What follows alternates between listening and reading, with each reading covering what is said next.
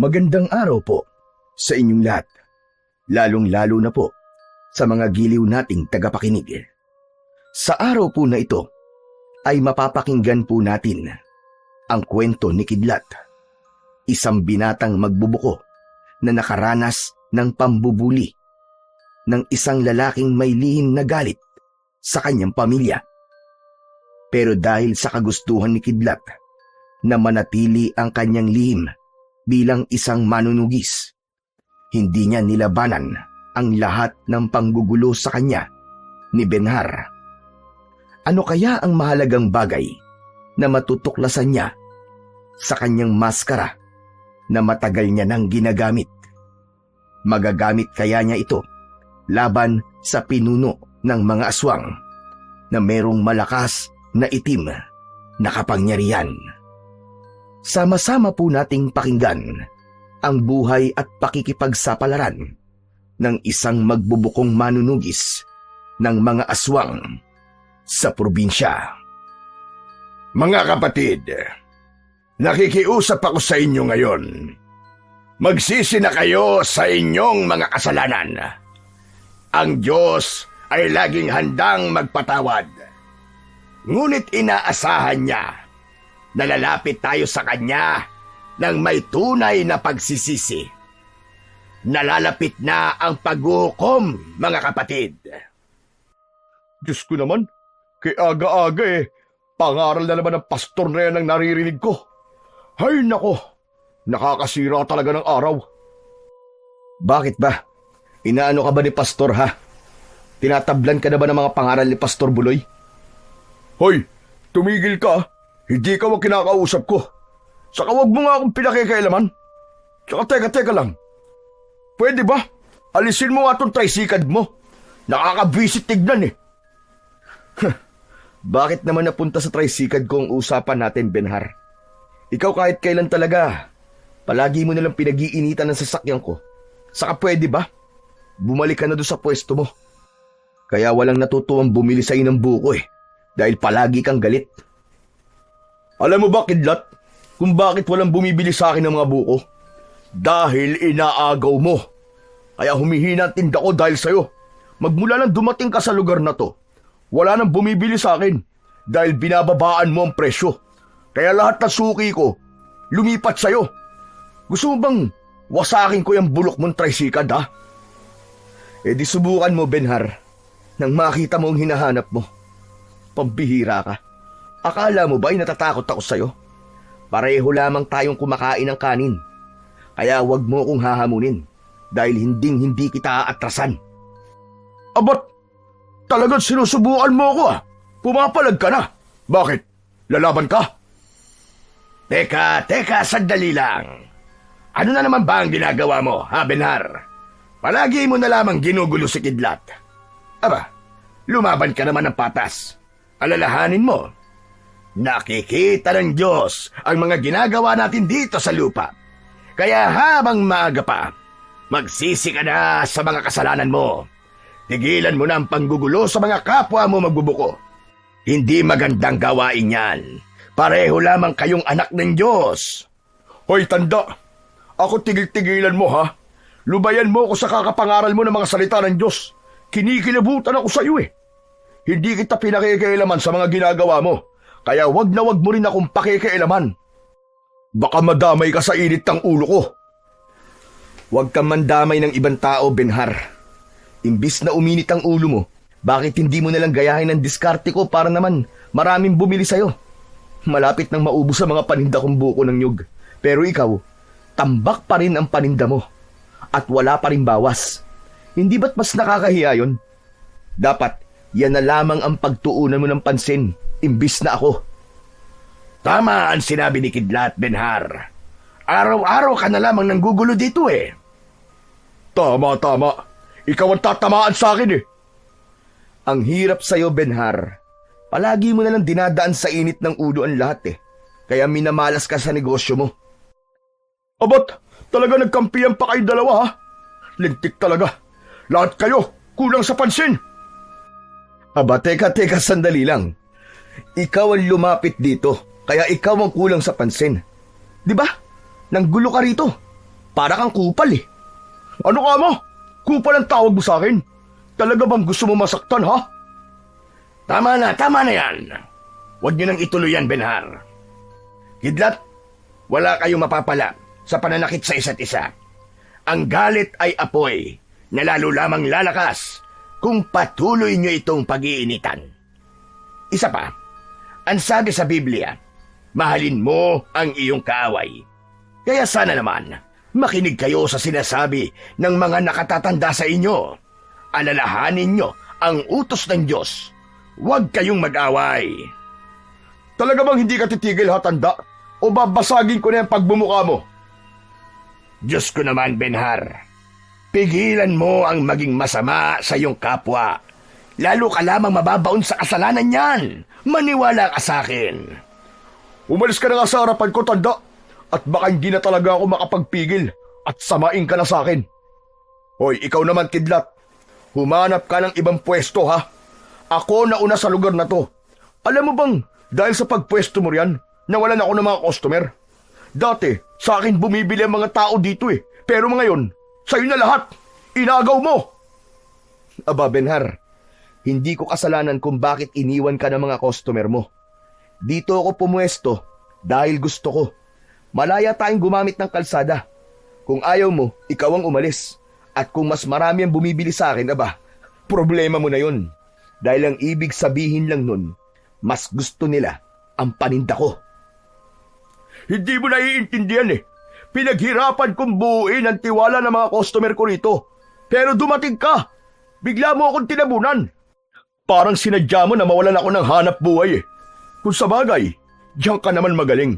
Ang pabagsakin ang mga kalaban mo.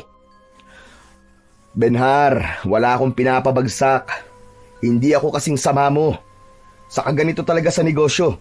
Kung sino ang mas mahusay, siya ang pipiliin ng mga tao. Huwag mong isisi sa akin kung hindi ka nila pinapansin. Panahon na siguro para baguhin mo naman ang ugali mo.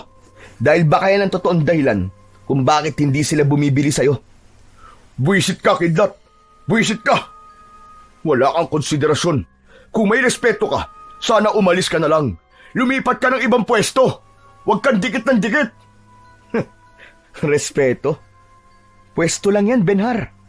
At kung hindi mo kayang matanggap yon, baka oras na para tumigil ka na sa pagtitinda ng buko. Ano sabi mo? Ulitin mo nga sinabi mo, Kidlat! Sinadya ng may 20 taong gulang na si Kidlat. Nagalitin si Benhar. Malapit na rin maubos ang pagtitimpi niya ng galit sa ugali ng kanyang katunggali. Palagi siyang ginugulo ni Benhar kahit wala naman siyang ginagawang masama sa lalaki. Nagtatrabaho lamang siya para sa kanyang mga magulang na parehong mahina at walang kakayahang magtrabaho. Pero dahil sa mas maganda ang pakikitungo niya sa mga tao, ang lahat ng suki ni Benhar ay lumipat sa kanya.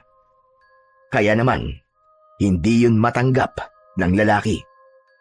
Habang nagsasalita si Benhar at dinuduro siya ng daliri nito, mahigpit niyang hinawakan ang kanyang itak. Nakahanda siyang lumaban sa lalaki kung kinakailangan para ipagtanggol ang sarili niyang buhay. Dahil sa oras na mawala siya, kawawa naman ang pamilyang maiiwan niya. Walang ibang inaasahan ang mga ito kundi siya lamang.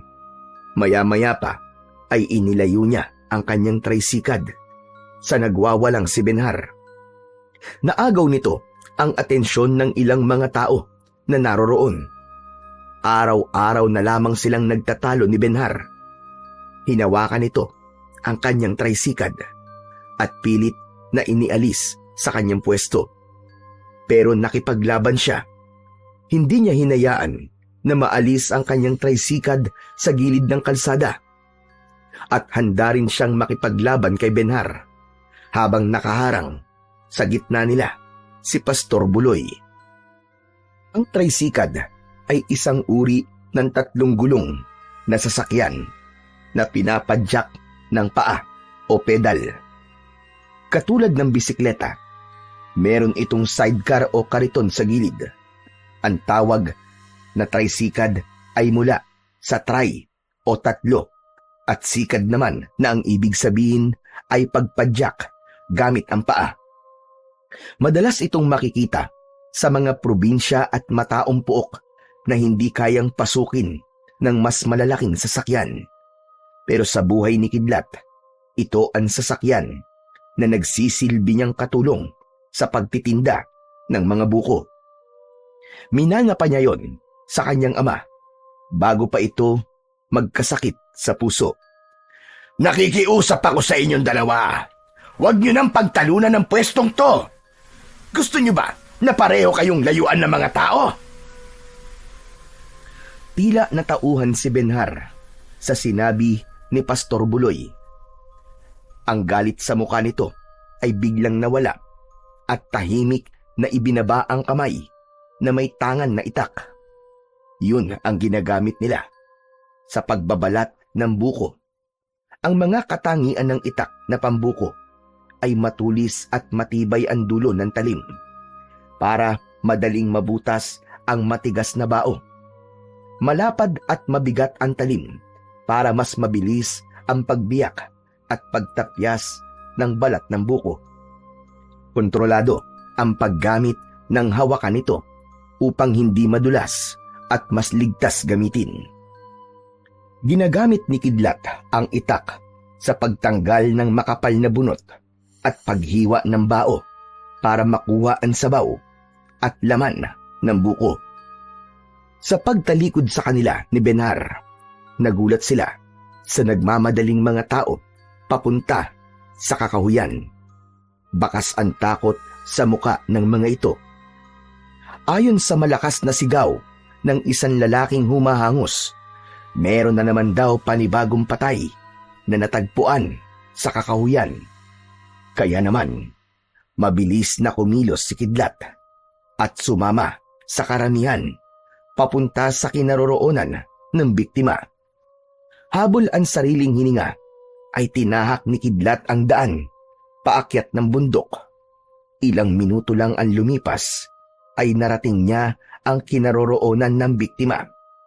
Pinagkakaguluhan na ito ng mga tao. Kita ni Kidlat ang bakas ng takot sa anyo ng lalaking duguan at nakahandusay sa lupa. Nakadilat ang mga mata nito at wakwak ang tiyan. Nakaluwa ang mga bituka, ngunit nawawala ang puso. Hindi na malaya ni Kidlat na sumunod din sa kanya si Pastor Buloy. Napaluhod ito sa tabi ng biktima. Bakas ang awa sa mga mata nito. Hinaplos nito ang mata ng lalaki para ipikit, sabay usal ng maiksing panalangin.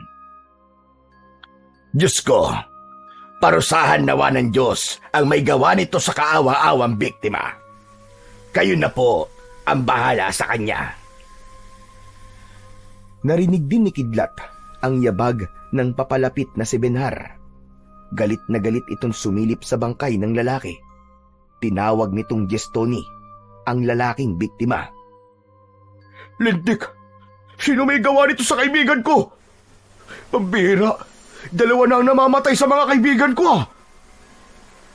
Nagulat si Kidlat nang humarap sa kanya si Benhar. Galit na galit ang mga mata nitong tumitig ng matalim sa kanya. Siguro ikaw may gawa nito, Kidlat, no? Kunwari ka pa, pero ang totoo, ikaw talaga ang pumatay sa kanila. Umamin ka na! Ikaw lamang ang gagawa nito sa mga kaibigan ko. Hindi ka makaganti sa akin, kaya pinagbalingan mo si Gestoni. Maghinay-hinay ka sa sinasabi mo. Nagkakamali ka, Benhar. Kapag galit ako sa isang tao, hindi ako mandadamay ng iba para lamang makaganti sa'yo. Hindi ako pumatay sa mga kaibigan mo at lalong higit, hindi ko pinatay si Gestoni. Hindi ko nga yang kilala eh. Saka wala kang sapat na batayan sa mga binibintang mo sa akin. Baka ikaw pa ang kasuhan ko sa mga paratang mo sa akin, kaya umayos ka. Ikaw ang umayos dahil sa oras sa mapatunayan ko na may kinalaman ka sa pagkamatay nila. Lintik lang ang walang ganti. Ako mismo ang papatay sa'yo, maniwala ka. Huwag ka na magkunwari. Hindi mo ako manuloko. Magmula nang dumating ka sa lugar na to, sunod-sunod na ang pagkamatay ng mga kaibigan ko. Taga rito ako, Benhar. At hindi ako dayo sa baryong to. Kaya wag na wag mong sasabihin na magmula nang dumating ako rito ay marami nang namamatay sa baryong to. Dati nang may namamatay sa lugar natin. Huwag kang bulag at bingi sa mga nangyayari sa paligid natin. Kaya nga naririnig at nakikita kita, Kidlat eh. Dahil ikaw ang pumatay sa kanila. Tumigil ka! Huwag ka rin gumawa ng maling kwento para lamang idiin ako. Huwag mo na akong idamay sa nangyari sa mga magulang mo. Kaya tumigil ka na! Dahil wala kang sapat na patunay sa mga sinasabi mo tungkol sa paratang mo sa akin. Hintayin mo lang na mapatunayan ko na totoo ang mga paratang ko. Humanda ka talaga, Kidlat. Hindi kita patatawarin. Ama na yan. Tama na yan, Benhar. Bakit ba palagi mo na lamang pinag-iinitan si Kidlat? Ikaw ang tumigil, tanda. Bumalik ka na sa simbahan mo at doon ka mangaral ng mga salita ng Diyos. Hindi na babagay rito ang mga salita mo, tanda. Kaya umalis ka na. Bago ko pa ibaling sa'yo ang lahat ng galit ko. Sumusobra ka na, Benhar. Hindi ka marunong gumalang sa nakatatanda sa'yo. Galang? Lahat ng malalapit sa'yo at kumakampi sa'yo para sa akin, lahat sila kalaban ko. Kaya kung ayaw mo mandamay pa ako ng ibang tao, umalis ka sa pwesto ko. Tapos ang usapan. Pabalyang itinulak ni Benhar si Kidlat bago ito umalis sa lugar na yon. Hanggat kaya ni Kidlat na magtiis, ay nagtitimpi siya ng galit para kay Benhar. Huwag lamang lumaki ang gulo. Kahit minsan ay nagagalit na rin siya sa kanyang sarili dahil pinalalampas niya ang lahat ng pang-iinsulto nito sa kanyang pagkatao. Hindi niya ugaling manahimik lang, lalo na kapag alam niyang nasa tama siya. Nawala ang mga iniisip niya nang maramdaman ang palad ni Pastor Buloy sa kanyang balikat. Huwag mo na lamang pansinin si Benhar, Kidlat. Nang hindi na lumaki ang gulo. Mas mapalad ang taong umiiwas sa gulo. Kaya't hanggat kaya mong pagpasensyaan, ay gawin mo para hindi ka magkamali. Pasensya na rin po kayo, Pastor Buloy. Pati po kayo, nadamay po sa kasalanan ko. Huwag mong alalahanin yon, Kidlat. Ang mahalaga, iwasan mo na lamang si Benhar. Isa pa, kapag pinatulan mo ang panggugulo niya, mapapahama ka lang. Alam mo naman kung anong ibig ko sabihin, hindi ba? Dahil kapag merong nangyaring masama sa'yo, paano na mga magulang mo na umaasa sa'yo? Alam ko naman po yun, Pastor Buloy. Kaya lang, hindi ko po alam kung hanggang kailan ko siya kaya mapagpasensyahan. Hanggat kaya mo, Kidlat, gawin mong nararapat. Siya nga pala. Maraming salamat sa pagtatanggol mo sa akin kanina. Kinabahan ako dahil sa hawak na itak ni Benhar. Mabuti na lang talaga at hindi niya itinuloy. Talagang napakabuti ng Diyos dahil hindi niya ako hinayaang mapahamak. Mabuti po kasi kayong tao, Pastor Buloy. Sige na. Kailangan ko nang umuwi. Malapit nang dumilim ang paligid. Mahirap na. Baka matsempuan ako ng masasamang nilalang sa daan. Nakakalungkot lang talagang isipin na meron talagang mga tao na kayang pumatay ng kapwa nila ng ganyan kabrutal. Pero ang balita ko po, Pastor Buloy, aswang po may gawa niyan sa lalaki. Kahit naman aswang ang pumatay sa kanila, tao pa rin naman sila na nag-aanyong halimaw sa gabi. Sila ang mga nilalang na naliligaw ng landas. Sana lang talaga may ipadala ang Diyos na tutugi sa mga aswang na pumapatay sa mga tao para matapos na ang pag-aasik nila ng lagim. Muntik masamid si Kidlat sa sinabing yon ni Pastor Buloy. Maya-maya pa ay nagpaalam na rin ito at naiwan siyang nakatingin sa lalaking nakahandusay sa lupa. Kutob niya ay malapit lang sa lugar na yon ang aswang na pumatay sa biktima. Nakuyom niya ang kanyang kamao dahil sa galit. Hindi niya matsyempoan ang aswang na pumapatay sa mga tao. Hindi na ako makakapayag na meron ka na namang mapapatay na bagong biktima. Humanda ka sa akin na taong ipis ka dahil malapit na kitang hatulan. Nanginginig ang kamay ni Kidlat dahil sa galit, habang matalim ang tingin sa lalaking binubuhat ng mga kalalakian para dalhin sa pamilya nito. Tila nagulo ang kanyang isip sa totoong nangyayari sa kanyang paligid. Isang lihim na manunugis ng mga aswang si Kidlat. Siya, si Ramon, bago pa siya binansagan na Kidlat. Kaya Kidlat ang pangalan niya dahil habang nagtitinda siya noon ng buko ay tinamaan siya ng kidlat at hindi man lang siya nasaktan. Naulit pa yon nang siya ay nag-iigib ng tubig habang maulan. Marami ang nakakita na tinamaan talaga siya ng kidlat, kaya inisip ng mga tao na himala ang nangyari sa kanya. Kaya naman dahil doon, binansagan na siyang kidlat. Ang hindi alam ng mga tao kaya siya madalas tamaan ng kidlat ay dahil yun sa kakaiba niyang maskara. Kumukuha yun ng malakas na enerhiya mula sa kidlat at ulan. Gawa ang kanyang kulay itim na maskara sa balat ng puno ng balete na minana pa niya sa namatay niyang lolo Gascon. Namatay ito na hindi alam ng mga tao na isa rin itong manunugis ng mga aswang. Matagumpay nitong naitago ang pagkatao, alang-alang sa kaligtasan ng pamilya nito. Sa katunayan, ang itak na madalas niyang gamitin sa pagtatalop o pagbabalat ng buko ay galing pa sa kanyang lolo Gascon. Ayon dito, ay minana nito ang itak sa lolo rin ng matanda na isa ring manunugis ng mga aswang.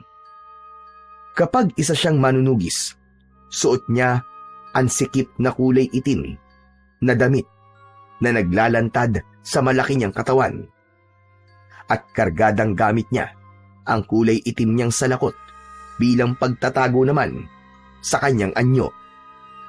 Matagal niya nang ginagawa ang pagtugis sa mga aswang at wala pang nakakakilala sa kanyang pagkatao. Sa katunayan, ang pagtitinda niya ng buko ay kunwari lamang upang makahanap siya ng mga aswang sa karatig baryo. Ilang beses siyang inililigtas ng pagbubuko niya dahil may mga oras na muntik makita ang kanyang muka. Ilang minuto pa ang lumipas ay mabigat ang hakbang ng kanyang mga paa na naglakad pabalik sa kanyang pwesto. Ngunit nagulat siya sa kanyang nadatnan. Nakatihaya na ang kanyang tricycad at nagkalat sa lupa ang kanyang mga kagamitan. Si Benhar, nakita niyang nakangisi habang sakay ng tricycad nito at tangka ng aalis. Malalaki ang hakbang ng paa ni Kidlat. Nilapitan niya ang nawasak niyang mga panindang buko. Pagbabayaran mo to, Benhar! Lintik lang, walang gante! Agad na yumuko si Kidlat. Pinulot ang kanyang mga paninda nang may bakas ng panghihinayang sa muka. Nakita ng mga tao ang nangyari at hindi nagdalawang isip na tumulong sa kanya. Galit ang mga ito sa ginawa ni Benhar. Ang iba naman ay humingi ng pasensya dahil wala raw nagawa ang mga ito habang sinisira ni Benhar ang gamit niya. Dahil sa awa sa kanya ng mga tao, marami ang tumulong sa kanya. May mga nag-abot ng buko, may nagpunas ng lupa sa buko, at may nag-ayos ng kanyang lagayan. Itinihaya ni Kidlat ang kanyang tricycad na bumaliktad sa kalsada. Kahit may bahid ng galit at lungkot, dama pa rin ang pasasalamat niya sa mga taong tumulong sa kanya. Marami pong salamat sa tulong nyo. Tango lamang ang itinugon ng mga ito sa sinabi niya. Sa isip ni Kidlat ay kailangan niyang magtiis. Mailigtas lang ang mga tao na may mabubuting mga puso. Dahil sa ipinakitang kabaitan ng mga tao sa kanya, mas lalo niyang pagbubutihan ang pagbabantay sa mga ito laban sa mga nilalang na magbabanta sa buhay ng mga tao sa baryo ng Hasa. Malungkot na sumakay si Kidlat sa kanyang tricycad at pinaandar niya papunta sa kabilang baryo. Yun ang sunod niyang babantayan para sa kaligtasan ng mga taong naroroon. Hindi lang talaga niya maiwasan ang hindi madismaya dahil kahit na anong gawin niya, meron pa rin buhay ang napapahamak. Habang tinatahak niya ang daan, tumambad sa kanyang paningin ang maruming kapaligiran. Napansin din niya ang mga nasasayang na pagkain na doon lang din itinatambak sa gilid ng kalsada. Yun ang baryo ng Tandok. Walang disiplina ang mga tao. Ang Tandok ay isang baryo na malapit sa baryo ng Hasa. Yun ang sunod niyang babantayan. Dahil ang palatandaan sa lugar na maraming aswang na taong ipis ay ang lugar na merong maruming kapaligiran.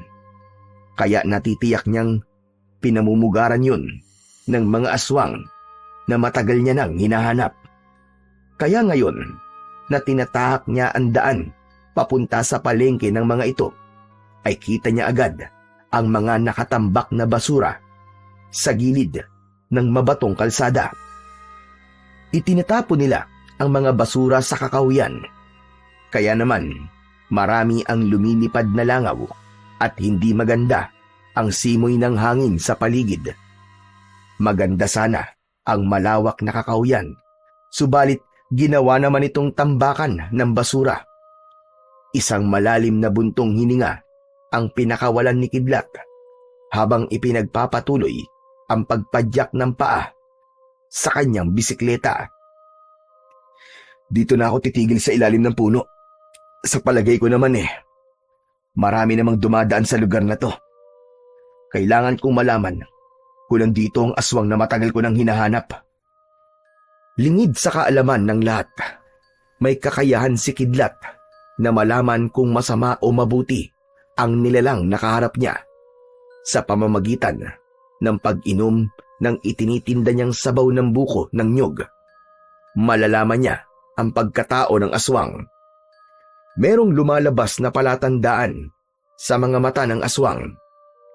Kulay pula ang usok kapag puro ang pagkaaswang at kulay asul naman kapag may hawa lang ito ng aswang o ginawang aswang lang ng isang pinuno. Yun ang isa sa kanyang mga natutuhan sa kanyang lolo Gascon. Pinag-aralan niyang mabuti ang isang ritual sa pamamagitan ng pagbubuhos ng tubig sa mga buko bago niya ito itinda sa iba't ibang sulok ng baryo. Kapag tunay na aswang ang makakainom ng kanyang buko, makikita niya ang kulay pulang usok sa mga mata nito na siya lamang ang nakakakita dahil sa maskara na nasa bulsa niya. Kapag merong hawa naman, ang kulay ng mga mata nito ay kulay asul. Yun ang ilan sa kanyang batayan bago niya husgahan ang isang aswang. Kadalasan, ang mga tao na natatagpuan sa kakahuyan ay hindi totoong mga biktima ng aswang. Sila ang mga aswang na taong ipis na nagiging tao pagsapit ng umaga. Sinasadya niyang iwanan ang katawan ng mga napapatay niya upang magbigay babala sa aswang na gumagala sa gabi. Maya-maya pa ay merong lumapit sa kanya na isang binata. Kilala niya ang binata. Kaibigan ito ni Benhar at madalas nakasama sa paglalaro ng basketball.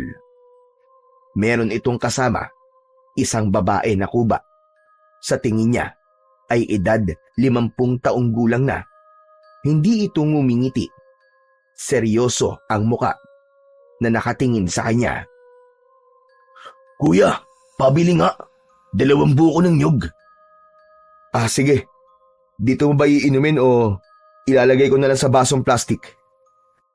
Dito na raw iinumin ng nanay ko yung buko. Ako naman ay dadaling ko sa bahay. Masarap kasing inumin habang kumakain ng hapunan eh. Teka, bakit dito ka pumuesto, kuya? Maraming basura at bihira lamang ang taong dumaraan dito. Pwede na rito, kesa naman makipagsabayan kay Benhar para manggulo. Nako kuya, mag-iingat ka kay Benhar. Alam mo, kahit kaibigan ko siya, natatakot din ako sa kanya. Madalas kasi siyang lumalabas paggabi. Tapos, madaling araw na siyang umuwi. Nahihiwagaan na nga kami sa pagkatao niya eh. Kaya sinasabi ko sa ito, para iwasan mo siya. Tama lang ang ginawa mo, kuya. Magandang umiwas ka na lang sa gulo. Salamat, pero hindi naman ako natatakot sa kanya. Bakit mo ba ito sinasabi sa akin? Madalas kasi niyang naikikwento sa amin, lalo na kapag natatalo kami sa larong basketball. Parang ang tingin niya raw sa kalaban namin ay ikaw. Napatawa ng nakakaloko si Kidlat. Hindi siya makapaniwala sa kanyang mga narinig. Habang nakikipag-usap siya kay Drigo, ay abala naman siya sa mabilis na pagtatalok o pagbabalat ng buko. Mabilis ang mga kamay ni Kidlat habang hawak ang matalim na itak.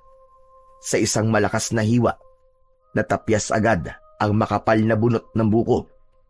Sunod-sunod ang kanyang galaw, isang tagpas sa kaliwa, isang hiwa sa kanan, at kasunod ay malinis na pagbukas sa tuktok ng buko.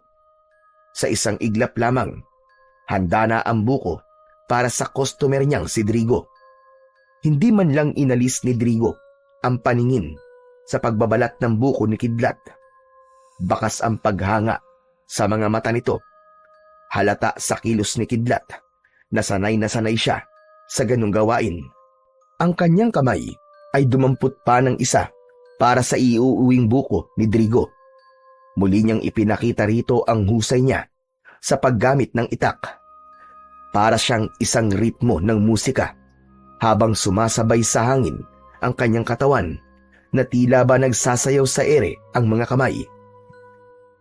Sa bawat mabilis na pagtatalok, dama ang kasanayan at tiyaga ni Kidlat. Tila ba ang bawat buko ay sumusuko agad sa bilis at husay ng kanyang mga kamay.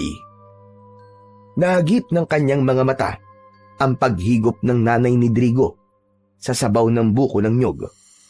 Bumundol ang kaba sa kanyang dibdib nang sa pag-angat ng muka ng babae ay nagtama ang kanilang paningin at nakita niya ang kulay pulang usok. Lumabas yun sa mga mata nito na parabang nagbabagang apoy. Dala ng tuwa, sumigla ang kilos ni Kidlat dahil meron na siyang nakitang masamang aswang. Bingo! Isang masayang pagbate, nanay. Nagustuhan niyo po ba ang sabaw ng buko? Tumango lamang ang babae at masama ang tingin na ipinukol sa kanya. Si Drigo naman ay kinuha ang buko na hawak ni Kidlat at ito na ang naglagay ng sabaw sa baso na merong takip. Habang nasa isip ni Kidlat ay babalikan niya ang babae mamayang gabi dahil ito na ang sunod niyang papatayin. Natitiyak niyang sa lugar din na pinagtigilan niya ng kanyang paninda ay doon din ito pupunta dahil hahanap-hanapin ito ang amoy ng buko sa bahagi ng lugar na pinagpwestuhan niya. Isa yun sa sangkap ng mga ritual na ginagawa niya upang madali niyang mahuli ang aswang na nagpapanggap na tao sa umaga. Natitiyak niyang si Drigo na kaharap niya ay isa ring aswang. O kuya, ito na ang bayad ko. Salamat sa buko ah. Masarap nga ang tinda mong buko dahil nagustuhan ni nanay. Aba oo naman. Kaya nga maraming nagtitiwala sa tinda ko eh. O sige kuya, una na kami. Nahabol na lamang ng tanaw ni Kidlat ang papalayong mag-ina. Nahuli pa niya na sinulyapan siya ng matandang babae habang nakatingin sa kanyang hawak na itak. Nang mawala ang mga ito, sa kanyang paningin, ay mabilis siyang umalis sa lugar na yon. Sa isip niya, ay babalikan niya ang lugar na yon para mahuli ang aswang. Pagkalipas ng ilang minuto na pagpapatakbo ng kanyang tricycad, ay narating niya ang kanilang bahay na gawa sa kawayan at dahon ng anahaw. Nakita niya ang kanyang amang si Mang Tasyo na naghihintay sa kanyang pagdating. Ipinarada niya ng maayos ang kanyang sasakyan, saka pumasok sa loob ng kanilang bahay. "Mano po, tay?" Kinuha ni Kidlat ang kaliwang kamay ng kanyang ama, na hirap sa pagsasalita. Dahil sa unang stroke nito, pagkatapos niyang magbigay ng galang sa kanyang ama, ay dumiretso siya sa loob ng kanilang kusina, kung saan ay naghahanda naman ng hapunan ang kanyang ina na si Aling Dana. Nilapitan niya ito at nagmano rin o pagbibigay ng galang sa pamamagitan ng paghalik sa kamay nito. Narinig niya ang malakas na pagbuntong hininga ng kanyang ina. Maya-maya pa ay nagsalita ito at sinabing nalaman ng mga ito ang ginawa sa kanya ng salbahing si Benhar. "Huwag na po kayong mag-alala, Nay. Iniiwasan ko naman po ang panggugulo niya sa akin eh. Ang mahalaga naman po ay hindi niya ako sinasaktan. Pasensya na po kayo ni tatay, ha." Tumango si Aling Dana at malungkot na tumingin sa kanya. Alam na niya kung bakit nagkakaganon ang kanyang ina. Nag-aalala ito sa madalas na panggugulo sa kanya ni Benhar. Maging ang kanyang mga magulang ay wala ring alam tungkol sa pagiging manunugis niya ng mga aswang, dahil ayaw niyang mag-alala pa ang mga ito sa kanya.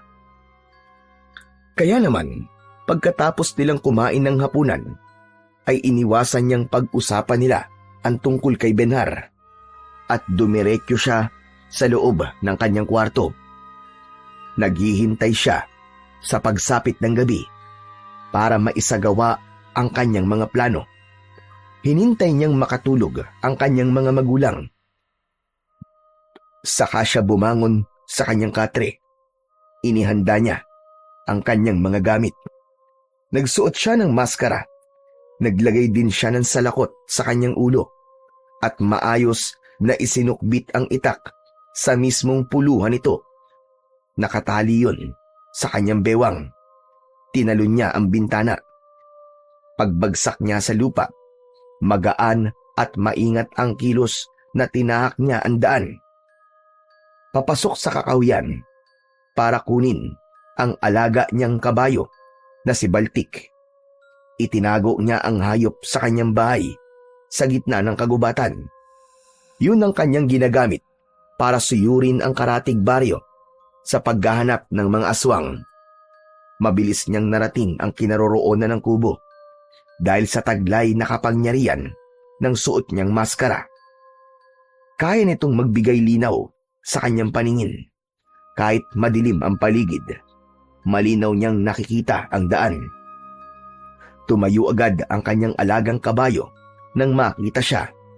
Hinaplos niya ang buhok nito, saka kinausap na parang tao. "Baltek, kumusta ka na? Pambihira naman, hindi ka man lang kumain ng marami. Hindi mo pa naubos ang damong ibinigay ko sa'yo kanina. Dapat nagpapalakas ka, Baltek. May laban na naman tayo ngayong gabi. Ano, handa ka na ba?" Humalinghing si Baltik at umupo para makasakay siya. Bago siya sumumpa sa kanyang kulay itim na kabayo, tinanggal muna niya ang tali nito sa haligi ng bahay. Saka siya sumakay sa likod nito. Madalas niyang pinaiinom ng sabaw ng buko si Baltik dahil yun ang nagbibigay ng proteksyon sa kanyang alaga upang hindi ito madaling mapagod sa mahaba nitong pagtakbo. Hinagupit niya ng konti ang likod ng kabayo gamit ang lubid. Saka ito mabilis na tumakbo papunta sa direksyon ng baryo ng Tandok. Halos tinakbo lamang ni Baltik ng 20 minuto ang lugar na yon. Huminto ito sa bahagi ng kalsada kung saan siya nagtinda kanina. Malinaw ang kanyang paningin sa kakahuyan, kaya kitang-kita niya na walang ibang tao na naroroon. Ngunit hindi pa man natatagalan ang pagtigil nila sa bahaging yon. Meron nang nakita si Kidlat na lalaki na tumatakbo. Sumisigaw ito ng tulong habang papalapit sa kanyang kinaroroonan. Sa hulihan naman ng lalaki ay isang nilalang na merong nakakatakot na anyo. Sigurado siya na ito ang nanay ni Drigo. Labag man sa kanyang kalooban na patayin ito, subalit marami na itong nabibiktimang mga tao. Bumaba si Kidlat sa kanyang kabayo at humarap sa kalaban, habang ang lalaking tumatakbo naman kanina ay nagtago sa likod ng isang malapad na puno. Hoy! Ako ang harapin mo! Kilala kita! Isa kang babae na nagpapanggap na tao sa umaga. Akala mo ba ay hahayaan pa kitang mabuhay? Umangil ang aswang na tumutulo pa ang laway na may kasama pandugo. Bumundol ang kaba sa kanyang dibdib. Parang meron na itong pinatay bago pa man habulin nito ang lalaki kanina. Nakadipa ang mga braso nito mula sa pagiging kulubot na anyo ng balat. Mas lalo itong naging isang nilalang na mayroong nakakatakot na itsura. Tumubo ang pakpak nito sa likod, katulad sa pakpak ng ipis. Ang sungot nito sa ulo ay humaba na parabang may buhay at handang bumutas sa katawan ng tao. Hanggang sa maging ipis ang ulo nito na ang kalahating katawan mula sa dibdib ay sa tao. Lumipad ang aswang na taong ipis papunta sa kanyang kinaroroonan, kasabay ng pagtaga ni Kidlat ng kanyang itak sa nilalang na agad nitong naiwasan. Saktong pag-iwas ni Kidlat sa pag-atake ng kalmot ng aswang na taong ipis, ay tinamaan naman ito ng sipa ng kanyang kabayo. Pasadsad na bumagsak ang aswang sa lupa. Tinulungan siya ni Baltik na lumaban sa kanyang kalaban. Ngunit mabilis naman ang pagbangon ng aswang at sumugod ito sa kanyang kinaroroonan. Habang nakalitaw ang malakutsilyo nitong mga ngipin, isang malakas na paghampas ng itak sa ere ang sunod na ginawa ni Kidlat. Tumama yon sa balikat ng nilalang. Mas lalong lumakas ang pag-angil nito at gumanti ng kagat sa kanyang braso. Pero dahil sa mabilis niyang pagkilos at pag-ikot sa ere, hindi tuluyang bumaon ang pangil nito sa kanyang laman. Nagawa niyang maitaga ang talim ng itak sa leeg ng aswang. Bumagsak ito sa lupa habang nagkikikisay ang katawan. Bumubula ang bibig nito habang sumisipa ang paa dahil sa labis na sakit. Tumayo si Kidlat sa paanan nito at ubod lakas niyang itinarak ang kanyang sandata sa dibdib ng namimilipit na aswang, direkta sa puso nito. Sinubukan pa nitong hawakan ang kanyang itak, pero dahil sa epekto ng kanyang sandata, tuluyan na itong nawalan ng buhay. Nasunog ang katawan nito at naiwan ang kanyang itak na nakabaon sa lupa. Humalinghing ang kanyang kabayo bilang pagpapakita nito ng pagbati sa kanya sa muling tagumpay na nakamit niya. Mabilis niyang itinusok ang itak sa kaluban na nasa kanyang bewang, sabay sampa sa likod ng kanyang kabayo. Ngunit natigilan siya dahil nakita niya ang pamilyar na anyo ng isang lalaki sa likod ng puno. Benhar, hindi ako maaaring magkamali. Si Benhar ang nakita kong tumakbo papunta sa madilim na bahagi ng kakahuyan. Ano kaya ang ginagawa niya sa lugar na to? Hindi kaya? Pabulong na tanong ni Kidlat sa kanyang sarili. Muli niyang tinignan ang lugar kung saan niya nakita si Benhar. Ngunit wala na ito. Sa halip ang nakita niya ay ang lalaking hinahabol ng aswang kanina. Lumabas ito sa pinagtataguan at nagpasalamat sa pagkakaligtas niya sa buhay nito. Walang anuman yun, kaibigan. Isa lang ang kahilingan ko. Sana nagbigay ng aral sa iyo ang nangyaring to. Dahil alam ko, isa ka sa mga taong nagtatapon ng basura at pagkain sa kagubatang ito. Mahalin niyo ang paligid para walang tirhan ng mga aswang na taong ipis. Sa pamamagitan mo, ipagkalat mo sa kababaryo mo na marami na ang aswang na gumagala sa gabi para maghanap ng mabibiktima. Sa tingin ko, dahil sa marumi niyong kapaligiran, lumabas ang mga aswang na taong ipis. Naluluwang tumango ang lalaki bilang pagsang-ayon sa mga sinabi ni Kidlat. Alam niyang kakalat sa buong baryo ang ginawa niya sa aswang, kaya mas mahihirapan na siyang magtago, lalo pa at nakita na siya ni Benhar. Pero natitiyak niyang hindi siya nakikilala nito. Dahil doon, kailangan niyang magdoble sa pag-iingat ng pagtatago ng kanyang lihim. Dahil sa oras na kumalat ang tungkol sa kanya, malalagay sa panganib ang buhay ng kanyang pamilya. Sige na, makakauwi ka na, kaibigan. Aasahan ko na may ihahatid mo sa mga taong mga sinabi ko sa iyo. Dahil kung hindi, magsisilitawan na naman ang mga aswang na taong ipis sa lugar nyo para kayo ay pataying lahat. Sinipa ng bahagya ni Kidlat ang tagiliran ni Baltik para lisanin na ang lugar na yon.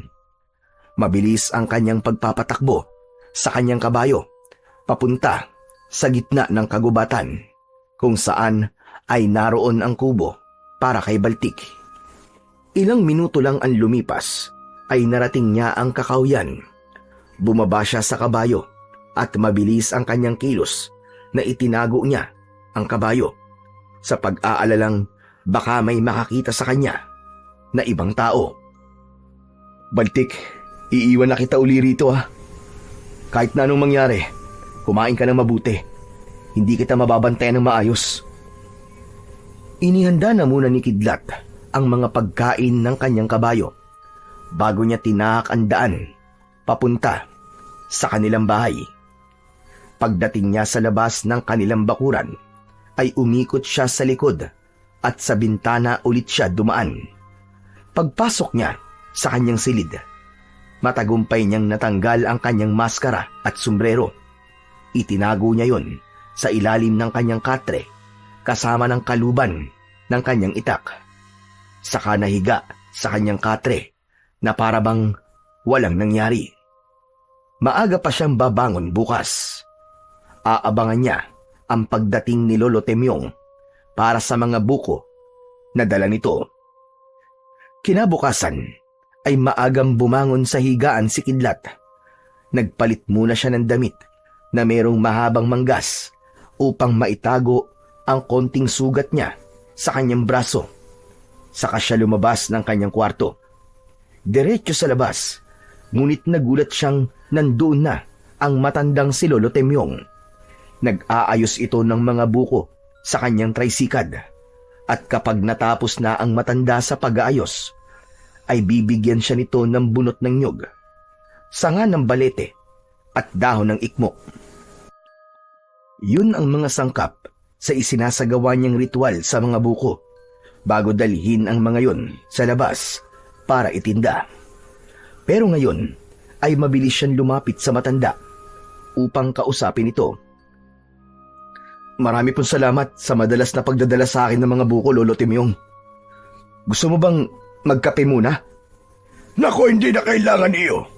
Kakatapos ko lamang magkape bago pumunta rito. Nariyan na nga pala mga ipinapakuha mo sa akin. Para saan ba ang mga yan?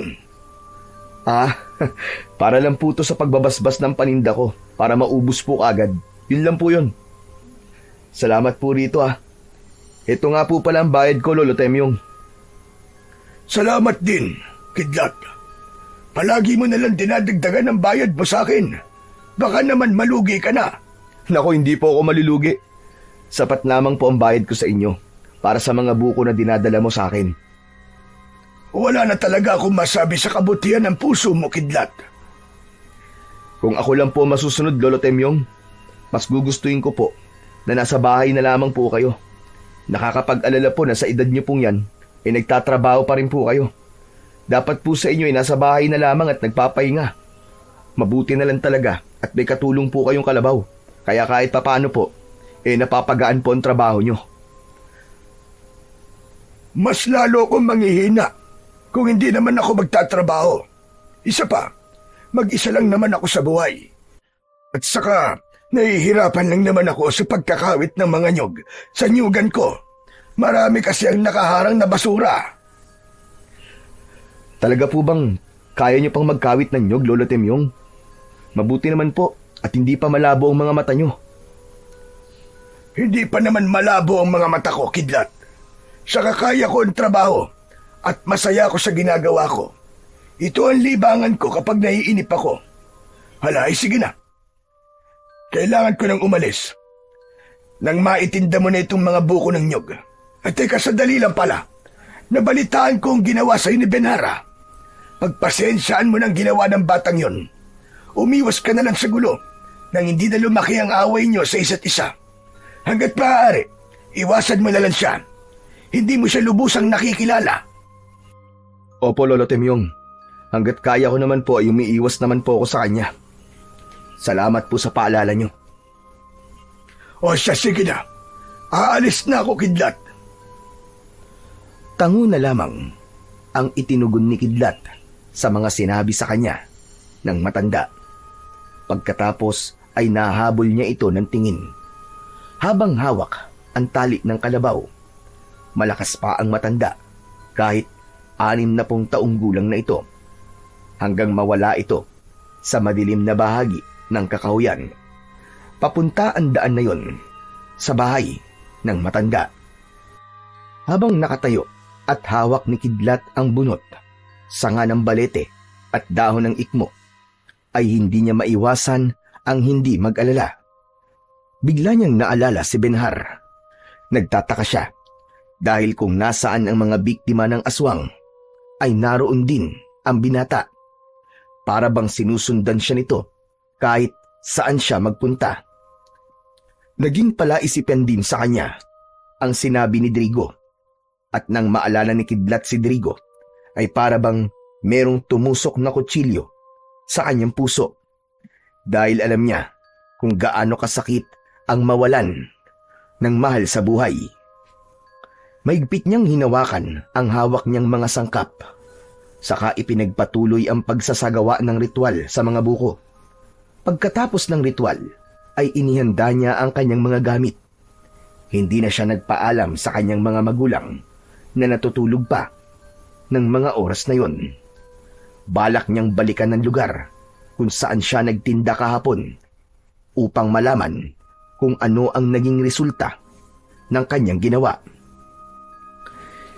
Sigurado ako marami pang aswang ang nakatira sa lugar na yon. Hindi ako titigil hanggat hindi ko sila nauubos. Pagkalipas ng ilang minutong pagpadyak sa kanyang tricycad, narating na niya ang lugar kung saan siya nagtinda kahapon. Ngunit laking gulat niya nang tumambad sa kanyang paningin ang kariton ni Benhar. Nakangisi itong nakatingin sa kanya. Kasama nito si Drigo. Madilim ang anyo at bakas ang pag-aalala sa muka. Bumaba si Kidlat sa kanyang sasakyan at ipiniwesto niya ang kanyang bisikleta sa gilid ng daan. Inihanda niya ang kanyang mga kagamitan sa pagbabalat ng buko. O ano? Paano ba yan, Kidlat? Ako na una sa bahaging ito. Baka pwedeng maghanap ka na lamang ng ibang lugar na pagtitindahan mo. Nagkakamali ka, Benhar. Ako ang nauna sa iyo rito. Kahapon pa ako rito. Bakit hindi mo tanungin si Drigo? Tama si Kidlat, Benhar. Kahapon pa siya rito. Bumili pa kami ni nanay sa kanya eh. Kung ganon, bago na wala ang nanay mo, Drigo, bumili pa kayo kay Kidlat ng buko. Baka naman, alam ni Kidlat kung nasan si Nanay Karen.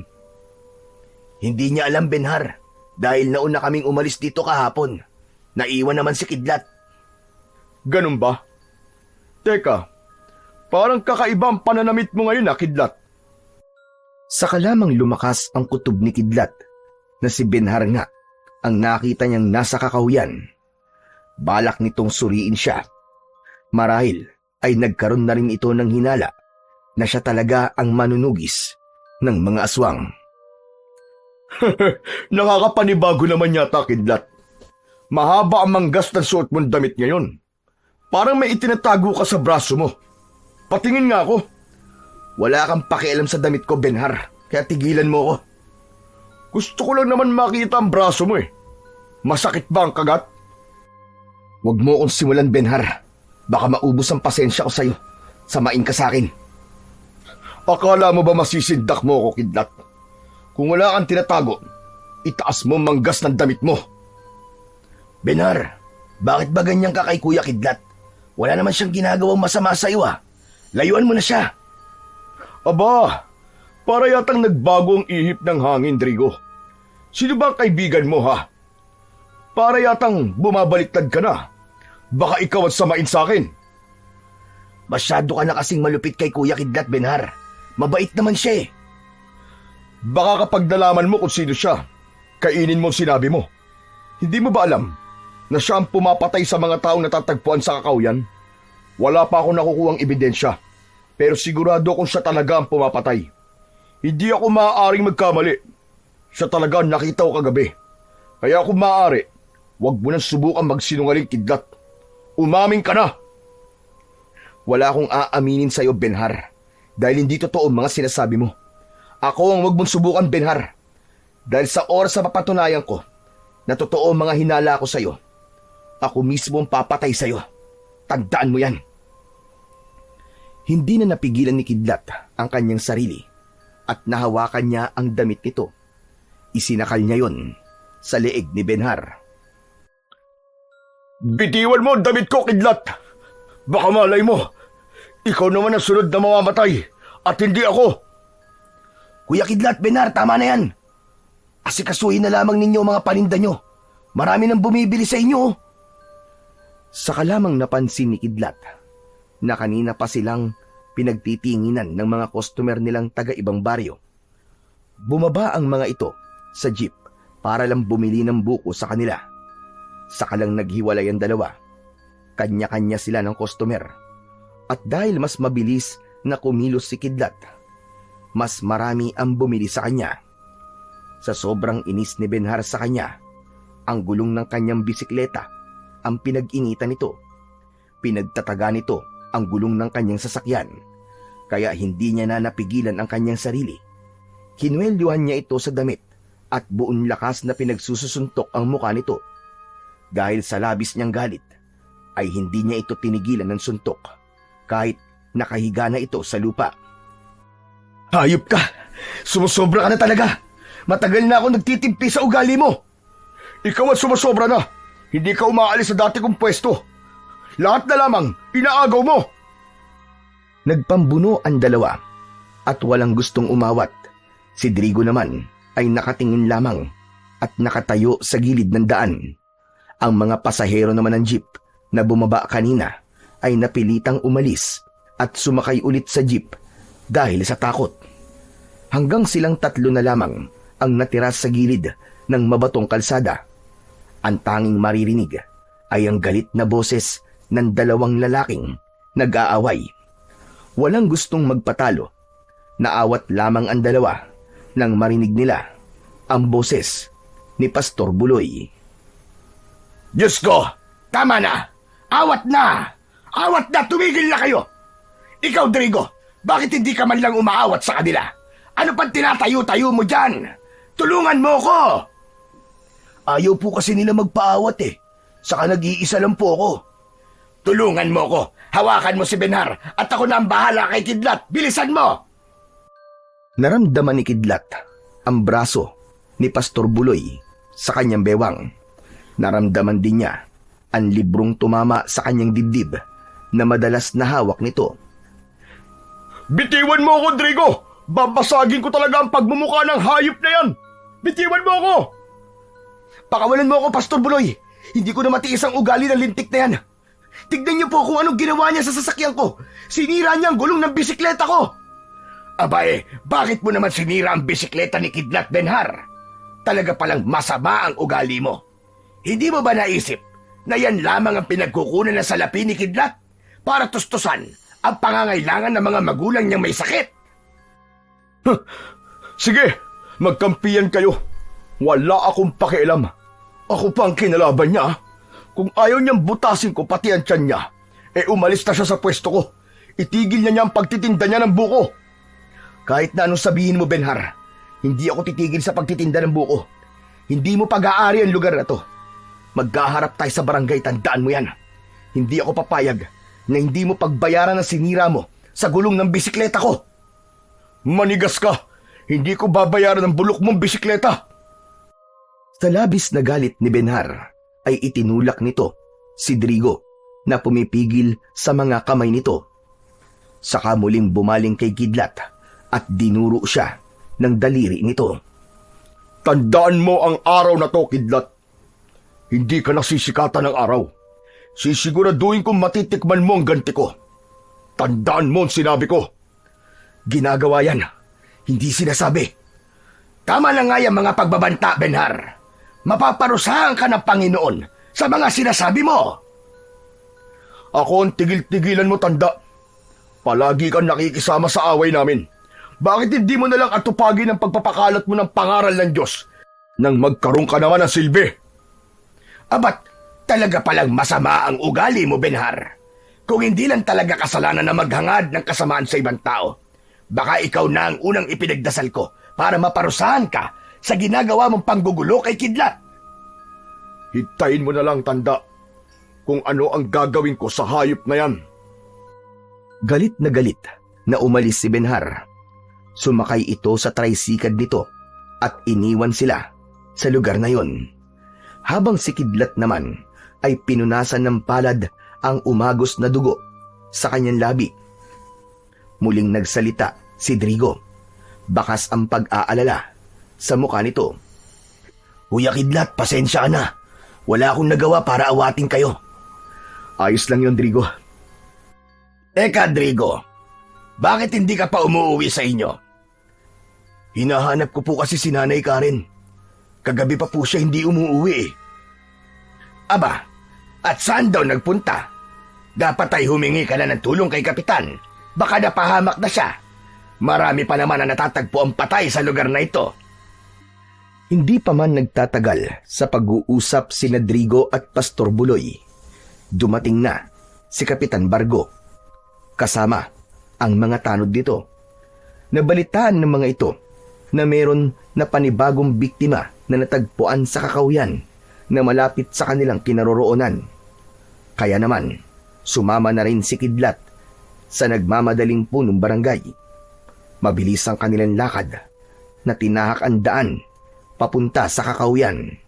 At hindi nga nagtagal ay tumambad sa kanilang paningin ang pinagkakaguluhan ng mga tao na nakatira naman sa paanan ng bundok. Hindi nila alam na meron na palang pinagkakaguluhan ang mga tao sa bahaging yon. Agad na tinignan nila ang itsura ng bangkay. Diyos ko, kailan ba ito matatapos? Isang babaeng buntis na naman ang pinatay ng nilalang na gumagala sa gabi. Masama ito. Masyado nang namiminsala ang mga aswang sa baryo. Kapitan Bargo, kapag hindi pa kayo kumilos, marami ang mamamatay sa kababaryo nyo. Nakuyom ni Kidlat ang kanyang mga kamay. Paanong hindi niya nailigtas ang babaeng buntis? Sa isip niya ay maaaring pumatay na ang nanay ni Drigo bago pa man niya napatay. Natatandaan niya na nakita niyang may bahid ng dugo ang bibig ng aswang. Kaya ang buntis marahil ang una nitong kinain. Nanginginig ang kanyang katawan nang dahil sa labis na galit. Nahuli pala siya ng dating kagabi dahil merong isang buhay ang hindi niya nailigtas. Sana naman ay mabigyan ng katarungan ng pagkamatay ng babaeng ito. kasama ng sanggol sa kanyang sinapupunan. Sinuri ng mga tanod ang paligid. Kaya naman, nakita ni Kidlat ang malupit na sinapit ng babae. Merong kagat at baon ng pangil sa leeg ng buntis. Ang tiyan ay wakwak at nakadilat ang mga mata. Bakas ang takot sa anyo nito na parabang meron itong nakitang nakakatakot na itsura. Maya-maya pa ay dumating na rin ang mga pulis. Inimbestigahan ng mga ito ang mga taong nakakita sa katawan ng babae. Habang si Kidlat ay patuloy na nakamasid sa paligid. Kaya naman, nahagip ng kanyang paningin si Benhar na nakatayo sa gilid ng puno. Masama ang tingin nito sa kanya at sa babaeng nakaandusay sa lupa. Bumundol ang kaba sa kanyang dibdib dahil kakaiba ang bigat na nararamdaman niya sa lalaki. Para bang meron itong itinatagong lihim sa mga tao. Nahuli rin niya ang paglunok nito ng laway na para bang natatakam sa duguan na katawan ng babae. Sinundan ni Pastor Buloy ang tingin ni Kidlat, kaya hindi nito maiwasan ang hindi magsalita tungkol kay Benhar. Iwasan mo ang taong yang Kidlat. Hindi maganda ang nararamdaman ko sa pagkatao niya. Kakaiba ngayon ang ikinikilos ni Benhar at nakakapag-alala na baka meron siyang kinalaman sa mga nangyari sa mga biktima. Ang ibig niyo po bang sabihin, pareho tayo ng nararamdamang bigat sa kanyang pagkatao? Oo, sinasabi ko to sa'yo para umiwas ka sa kanya habang maaga pa. Lalo pa at pinagbantaan ka niya. Matagal na akong nagtataka sa mga ikinikilos niya. Sa madalas kong pagbabasa ng librong hawak ko, para bang nababasa ko na rin ang kanyang pagkatao. Kaya ang mabuti pa, umuwi ka na muna at huwag ka magpapaabot ng gabi sa daan. Mahirap na. Mabuti na yung nag-iingat. Marami pong salamat, Pastor Buloy. Salamat po at napakabuti niyo po sa akin. Dahil mabuti ka ring tao, Kidlat, kaya pinaalalahanan kita. Hindi mo siguro nabalitaan na ang mga magulang ni Benhar ay namatay nang dahil sa pinaratangan ng mga ito ng pamilya ng mga aswang. Kaya hanggang ngayon ay kinatatakutan siya ng mga tao. Ikaw lang talaga ang kumakalaban sa kanya. Hindi na nakapagsalita si Kidlat dahil sumingit sa usapan nila si Drigo. Kaya sa muling pagtingin niya sa kakahuyan na kinatatayuan ni Benhar ay wala na ang binata. Kaya naman, nabaling ang kanyang atensyon sa nagsasalitang si Drigo. Pastor Buloy, tulungan mo po akong mahanap si nanay. Pagkatapos po na nangyari sa buntis na babae, baka po nasaktan na rin si nanay. Sige, walang problema. Tutulungan kita, Drigo. Sasamahan kita. Huwag ka mag-alala. Hindi mo na ako magtuturo ngayon ng aral tungkol sa Diyos. Sasamahan na muna kitang umuwi sa inyo. Pasensya ka na, Drigo ha. Hindi ako makakasama sa inyo. Kailangan kong itulak ang tricycle ko pa uwi sa bahay eh. Huwag kang mag-alala, Kidlat. Kaya na namin to. Hihingi kami ng tulong sa mga tanod. Sige na, mauna ka nang umuwi. At kung ipapatawag mo si Benhar sa barangay, handa kaming sumama sa iyo para tumistigo laban sa kanya. Salamat po, Pastor Buloy. Pero baka hindi ko na lang po palakihin ng gulo. Hahayaan ko na lang po muna si Benhar. Ikaw ang bahala. O paano? Kailangan ko nang umalis. Sasamahan ko muna si Drigo. Tangulang ang itinugon ni Kidlat at nahabol niya ng tingin ang dalawa. Kaya nagpasya na rin siyang umalis sa lugar na yon para balikan ang nasira niyang bisikleta. Pagdating niya sa gilid ng daan, kung saan ay nakatigil ang kanyang tricycle. Iniligpit niya ang kanyang mga gamit, saka itinulak ang kanyang sasakyan, pabalik sa kanilang bahay. Halos pagtinginin siya ng mga tao, bakas sa mukha ng mga ito ang pagtataka. Maya-maya pa ay pinili niyang tumigil muna sa ilalim ng puno ng kahoy para ipagpatuloy ang pagtitinda. Ilang saglit lang ang lumipas ay merong tricycle na huminto sa tapat ng kanyang pwesto. Lumabas doon ang isa na namang babaeng buntis. Bumili ito sa kanya at doon na rin uminom ng sabaw ng buko. Pasimple niyang tinitigan ang mga mata nito. Nagulat siyang nakita niya ang kulay asul na usok na lumabas sa mga mata ng babaeng buntis. At sa sandaling maubos nito ang sabaw ng buko, mawawala rin ang hawa ng pagkaaswang nito. Dahil abala siya sa pagtingin niya sa babae, ay hindi niya namalayan ang paglapit ni Lolo Temyong. Tumikim ito sa kanyang labi para kunin ang kanyang atensyon. Para yatang nag-iisa ka rito, kidlat. Napatingin ang babaeng buntis sa kanilang gawi. Nagulat ito sa biglang pagsulpot ng matanda sa pwesto niya. Ngumiti ang babae at pagkatapos nitong maubos ang sabaw ng buko, ay muli itong sumakay sa naghihintay na tricycle. Naiwan ang nakangiting si Lolo Temyong. Lolo Temyong, nagkakamali po kayo sa iniisip nyo. Hindi ko po kilala ang babae. Pambihira.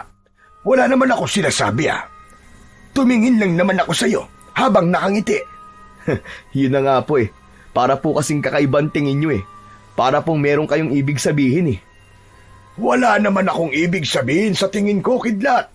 Hindi ko lang talaga matiis na hindi ka lapitan. Parang nasira yata ang gulong ng bisikleta mo. Siya nga po. Pinag-initan na naman po kasi ako ni Benhar Hindi ko na nga po alam kung anong gagawin ko sa kanya. Sa akin lang naman kumukulo ang dugo niya Ay nako, pambihirang kamalasan naman ang dumapo sa'yo. Baka naman alam niya kung sino kan talaga. Matagal na hindi nakapagsalita si Kidlat. Matagal niyang sinuri ang anyo ni Lolo Temyong. Nagtataka siya kung bakit nagsalita ng ganun sa kanya ang matanda. Huwag kang mag-alala, Kidlat. Ligtas ang lihim mo sa akin at masaya ko na merong katulad mo ang nangangalaga sa buhay ng mga taong nakatira sa baryo. Lolo Temyong, ano po bang ibig niyo sabihin? Huwag ka nang magkunwari, Kidlat. Kilala kita at alam ko ang ginagawa mo. Pero dahil kulang ka pa sa kaalaman, kaya nahihirapan ka. Tama ba? Lolo Temyong, hindi ko po naiintindihan ang sinasabi niyo Ano po bang gusto niyo sabihin sa akin? Malakas at malupit ang kalaban na naghihintay sa'yo. Hanggang ngayon ay hindi ko rin alam kung paano siya mauhuli. Pero batay sa nakikita ko, lumalakas na ang kanyang kapangyarihan dahil kaya niya nang gumawa ng aswang na taong ipis. Ang babae kanina, yung buntis na bumili sa'yo, hindi ba't may lumitaw na kulay asul na usok sa kanyang mga mata? Tama ba, Kidlat? Pati po yun? Nakikita mo rin, Lolo Temyong? Oo naman. Lahat ay nakikita ko, maliban sa pinuno ng mga aswang. Alam ko na sa simula pa lang ay ikaw na ang manunugis ng mga aswang. Ngunit huwag kang mag-alala. Matagal na kitang tinutulungan sa pamamagitan ng mga buko ng nyog, hindi ba? Yun na lamang ang magagawa ko bilang isang dating manunugis na nabigo sa pagpatay sa pinuno ng mga aswang. Kulang pa rin ang kakayahan mo. Hindi sapat ang kakayahan mo sa paggamit ng sandata. Kaya naman panahon na para mabigyan ng bisa ang mahiwagang maskara na nasa iyo. Teka, Lolo Temyong. Paano niyo po nalaman ang tungkol sa maskara ko? Sapagkat ako ang kapatid ng Lolo Gascon mo. Pinatay siya ng pinuno ng mga aswang. Kaya naging isa kang manunugis ng mga aswang, hindi ba? Dahil hindi mo matanggap na ganoon lamang ang naging wakas ng buhay ng lolo mo. Hindi po ako makapaniwalang kapatid kayo ni Lolo Gascon. Bakit naman po ngayon lang kayo nagpakilala? Saka bakit hindi kayo nagpakita sa tatay ko? Alam po ba niyan tungkol sa inyo? Hindi niya alam, Kidlat, sapagkat sinadya kong iwasan kayo. Dahil malalagay kayo sa panganib at malalaman ng mga tao na pamilya kayo ng manunugis. Hindi rin alam ng mga tao na isa akong manunugis ng mga aswang. Sa katunayan, ang kabayo na matagal mo nang inaalagaan ay ako ang nagmamayari. Sinanay ko si Baltik kung paano kanya ililigtas sa oras na malagay ang buhay mo sa panganib. Pero ngayon, nag-aalala na ako na baka hindi mo nakayanin kung paano humarap sa kanila. Sinasabi niyo po bang tuturuan mo akong humawak ng armas at makipaglaban sa mga aswang? Oo, Kidlat. Tuturuan kitang humawak ng sandata at kung paano magkakaroon ng bisa ang mahiwagang maskara na nasa iyo. Dahil ang kalaban mo rito ay hindi lang taong ipis, kundi pati na rin ang aswang na taong kambing. Siya ang pinuno ng mga aswang na may kakayahang manghawa at gumawa ng aswang sa pamamagitan ng kanyang itim na kapangyarihan. Lahi sila ng mga sigbin at dahil malakas na ang kanyang kapangyarihan, kaya na rin niyang itago ang kanyang tunay na anyo at pagkatao. Matagal na hindi nakapagsalita si Kidlat habang nakatitig lamang sa muka ni Lolo Temyong. Kinuha nito ang hawak niyang itak at ipinakita ang kakayahan nito sa pagbabalat ng buko. Gulat na gulat siya dahil kung kumilos ang matanda ay parang hindi bagay sa edad nito. Maliksi at mahusay ang pagkakahawak ng sandata na parabang hindi man lamang ito gumagamit ng puwersa. Pagkatapos mo magtinda, pumunta ka sa kubo ni Baltik. Doon tayo magkita. Kailangan mo munang magpalamig ngayon. Huwag ka na munang maghanap ng aswang. Dahil sa palagay ko, binabantayan ka na nila. Pinag-aaralan na nila kung paano ka nilang papatayin. Talaga po bang hindi pa sapat ang kakayahan ko, Lolo Temyong? Marami ka pang dapat na matutunan. Ika nga marami ka pang kakainin bigas. Kaya't magkita na lamang tayo mamayang gabi. Paano po kung pumatay na naman ang mga aswang habang nagsasanay ako? Hindi yun mangyayari sapagkat nawala ng kanilang gutom at uhaw sa dugo ng tao. Ang paghahandaan nila ngayon ay ang muli mong paglitaw. Aalis na ako. Sana ay sumipot ka sa kubo ni Baltik. Mahinang humakbang ng paa si Lolo Temyong, papalayo sa kanyang kinaroroonan. Pagkatapos ay kumuha ng buko upang hindi isipin ng mga taong nakakakita sa kanila na meron silang ugnayan sa isa't isa. Hindi lamang siya makapaniwalang kamag-anak pala niya ang matanda. Kaya pala magaan ang loob niya kay Lolo Temyong. Bigla tuloy niyang naalala ang malupit na sinapit ni Lolo Gascon sa kamay ng aswang na pumatay sa matanda. Halos masiraan ng ulo ang kanyang ama at inatake ito sa puso dahil sa labis na sama ng loob. Mula sa simula ay hindi nagsinungaling sa kanya si Lolo Gascon, kaya alam niya ang tungkol sa pagiging manunugis nito. Maagang naubos ni Kidlat ang kanyang paninda, kaya naman maaga rin siyang umuwi sa kanilang bahay. Nagulat ang kanyang mga magulang sa nangyari sa kanyang bisikleta, kaya nag-isip siya ng paraan para hindi malaman ng mga ito ang tungkol sa ginawa ni Benhar. Sinabi lamang niya na nadisgrasya siya at nahulog sa mababaw na balon at tumama sa matulis na bato ang kanyang gulong. Kaya naman, hindi na nagtanong pa ang mga ito. Pagsapit ng gabi, ay tumpad sa usapan si Kidlat. Dala ang kanyang mga gamit, sombrero at maskara para sa kanilang pagsasanay. Pagdating niya sa kubo ni Baltik, ay nadatnan niya roon si Lolo Temyong na matyagang naghihintay sa kanya. Nagsiga ito ng kahoy at sanga sa gitna ng harapan ng maliit na kubo. Nang makita siya ng matanda, ay tumayo ito. Salamat naman at dumating ka. Handa ka na ba, Kidlat? Handa naman po ako, Lolo Temyong. Tama po bang sa gabi natin to gagawin? Tama ang oras na napili natin, Kidlat. Alam ko tungkol sa kakayahan ng agimat na maskara. Kaya nitong magpalinaw ng paningin sa taong may suot nito. Kaya hindi ka mahihirapan sa mga bagay na sadyang ginawa ko para sa'yo. Marami akong inihandang target at makikita mo ang tunay na kakayahan ng agimat na maskara. Saka lamang napansin ni Kidlat ang gitna ng malawak na bakuran na napapalibutan ng mga buko ng nyug. Nakatusok sa kahoy at nakabaon sa lupa bilang target niya sa pagsasanay. Humarap si Kidlat kay Lolo Temyong at isinuot ang kanyang maskara. Dumikit yun sa kanyang muka. Dama niya kagad ang kakaibang enerhiya na dumadaloy sa kanyang katawan. Ang paligid ay tila luminaw at ang kanyang pandama ay naging mas matalim. Huminga siya ng malalim, sabay pumili ng isang buko ng nyog na kanyang pagtutuunan ng pansin. I-focus mo ang iyong paningin sa bagay na nakikita mo. Hawakan mo ang iyong itak at ipunin mo ang lakas ng iyong katawan. Mararamdaman mo ang matagal nang natutulog na kapangyarihan ng agimat sa maskara. Sinunod ni Kidlat ang utos ng matanda.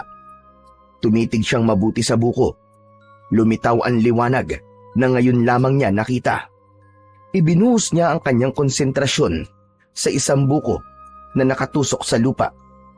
Bigla, mula sa kanyang mga mata, ay tila may liwanag na tumama sa kinaroroonan ng buko. Sumiklab ang buko. Hindi siya makapaniwala na merong ganong kakayahan ng maskara na matagal na niyang iniingatan. Ang hangin sa paligid ay umalon at kasunod nito ay isang malakas na pagsabog ang bumulaga. Sa isang iglap, ang buko ay sumabog na parabang dinamita. Nagkalasog-lasog ang mga piraso nito at bumagsak sa lupa.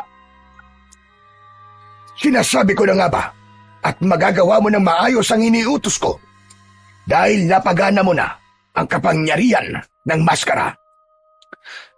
Lolo Temyong, hindi po ako makapaniwalang may ganitong kakayahan ng maskara na to. Nakakabilib. Sapagkat nanggaling pa ang maskara na yan sa mundo ng mga engkanto, nagpasalin-salin sa ating lahi hanggang sa mapuntayan sa pangangalaga mo. Hindi makapaniwala si Kidlat. Nanginginig ang kanyang mga kamay. Hindi sa takot, kundi sa tuwa at pananabik. Muli niyang inulit ang pagsasanay. Sa bawat pagtutok niya ng kanyang tingin, isa na naman buko ang bumagsak sa lupa habang umaapoy. Kasunod naman ang paggamit niya ng itak. Makinig kang mabuti. Ang tamang paggamit ng itak ay para kang may naririnig na musika. Sasayaw ka sa saliw ng hangin na humahampas sa'yo. Tinuturuan kita ngayon sapagkat sa oras na makilala ka nila, sabay-sabay silang aatake sa'yo para ikaw ay patayin. Hindi po ako nag-aalala, Lolo Temyong. Hindi rin ako natatakot sa kanila. Dahil alam ko na po kung paano gamitin ang mga sandata ko. Mag-iingat ka pa rin, Apo, sapagkat digmaan ang kaharapin mo. Hindi kagaya sa mga naunang laban na kinaharap mo. Ang pinuno ay meron taglay rin na kapangyarihang itim na magagamit niya laban sa'yo. Habang nagsasalita, ang matandang si Lolo Temyong ay ipinagpatuloy ni Kidlat ang kanyang pagsasanay na ginagawa. Mabilis niyang natutunan ang lahat. Mas lalo siyang humuhusay sa paggamit ng itak habang tumatagal. Natutunan niyang kontrolin ang lakas ng maskara. Mula sa banayad na pagsabog na parang hampas lamang ng maso hanggang sa malakas na puwersang nagmumula na sa kanyang mga braso at sa bawat tagumpay, dama ni Kidlat na ang maskara ng balete ay hindi lamang isang agimat, kundi isang pamana ng kapangyarihan na dapat gamitin ng may talino at buong pag-iingat. Pagkatapos nilang magsanay ni Lolo Temyong, ay saglit silang nagpahinga. Ngunit biglang napatayo sa kinauupuan niya si Kidlat nang maramdaman ang kakaiba at mabigat na presensya mula sa kakauyan. Oh, ano yung Kidlat? Bakit? Lolo Temyong, pumasok po muna kayo sa loob ng bahay ni Baltik. Nararamdaman ko po na merong nilalang na nakamasid sa ating dalawa. Mabilis na tumayo ang matanda at pumasok sa loob ng bahay. Maya-maya pa ay lumitaw mula sa kakawyan ang isang nilalang na merong nakakapangilabot na anyo. Sa unang tingin, parang isang matandang tao na nakabaluktot lamang ang likod. Ngunit sa malapitan ay nakalitaw ang tila, balahibo at magaspang nitong balat na parabang sa kambing. Ang mga mata ay nanlilisik, pula at tila naglalagablab sa dilim ng gabi. Ang ulo nito ay may hugis ng tao, ngunit may malapad na noo, matutulis na tenga at sungay na kumikislap tuwing tinatamaan ng sinag ng buwan. Ang ilong ay kahawig ng sakambing. Matangos, ngunit may amoy na nakakasulasok na parabang nabubulok na laman ng hayop. Sa bibig ay nakausli ang mahahabang pangil na parang laging handang kumagat sa laman ng magiging biktima nito. Ang mga kamay nito ay mahahaba at matatalas ang kuko na animoy patalim. Ang mga paa ay hindi rin pangkaraniwan sapagkat ang mga yon ay kuko ng kambing. Matitigas at matatalim ang bawat takbang na nag-iiwan ng bakas sa lupa. Malakas itong umangil na tila ungol ng gutom na hayop. Sa kaliwang kamay nito ay isa ring itak na may bahid parang sariwan dugo. Ang hawak-hawak, hindi isang halimaw ang nasa kanyang harapan, kundi dalawa na ang lumitaw naman sa kanyang likuran. Ikaw palang manunugis ng mga aswang. Hubarin mo na ang maskara mo at magpakilala ka. Pinatay mo mga kalahi ko. Bakit naman hindi ko sila papatayin? Marami na silang pinatay ng mga inosenteng tao. Kung gaano kasakit ang nararamdaman mo ngayon, mas doble ang sakit na nararamdaman ng mga pamilyang naulila nang dahil sa pag-asik mo ng lagim. Saka bakit ko uhubarin ang maskara ko? Kung ikaw nga ay hindi makapaglantad ng anyo mo, ako pa kaya? Hindi inaasahan ni Kidlat na biglang aatake ng kagat sa kanya ang aswang na taong kambing. Kasunod ng pagkalmot nito sa kanyang balat. Dahil malikot ang kalaban, hindi niya magamit ang kanyang maskara. Kaya naman, umasa siya sa kanyang sandata, habang ang nilalang sa kanyang likuran ay sabay na rin na umatake. Isang malakas na pagtaga gamit ng kanyang sandata ang tumama sa aswang sa kanyang likuran. Bumagsak ito sa lupa at inisip na si Benhar yun. Pero bago pa niya ito malapitan, ay tinamaan na siya ng malakas na sipa ng aswang sa kanyang likod. Pasadsad siyang bumagsak sa lupa at nabitiwan niya ang hawak-hawak niyang itak. Sinamantala ng kalaban ang pagkakataon. Mabilis nitong sinipa ang katawan ni Kidlat. Ramdam na ramdam ni Kidlat ang sakit ng pagtama ng makapal na kuko sa paa ng aswang. Kaya naman, nagulat siya nang makitang lumabas sa kubo si Baltik at mabilis na sinipa nito ang nilalang na sumipa sa kanyang katawan. Mabilis na bumangon si Kidlat, sabay dampot ng kanyang matalas na itak. Itinaga niya yon sa kalaban. Tinamaan ito sa balikat at bumagsak sa lupa. Buong puwersa niyang tinitigan ang katawan ng aswang. Lumitaw ang totoo nitong anyo bilang isang tao. Dumapa ito, kaya hindi niya kagad nakita ang muka nito. Muli niyang itinarak ang itak sa likod nito, kaya sa pagtihaya ng nilalang, nakilala niya ang aswang. Sinasabi ko na nga ba't isa ka ring aswang, kagaya ng iyong ina. Katapusan mo na, Drigo! Hindi na nakapagsalita si Drigo. Sa isang iglap ay nasunog na ang katawan nito. Sumama sa hangin ng abo ng katawan nito hanggang sa tuluyang maglaho. Sunod na binalingan ni Kidlat ang aswang na nasa kanyang likuran. Saktong papasugod ito, ay nataga naman niya ang likod nito.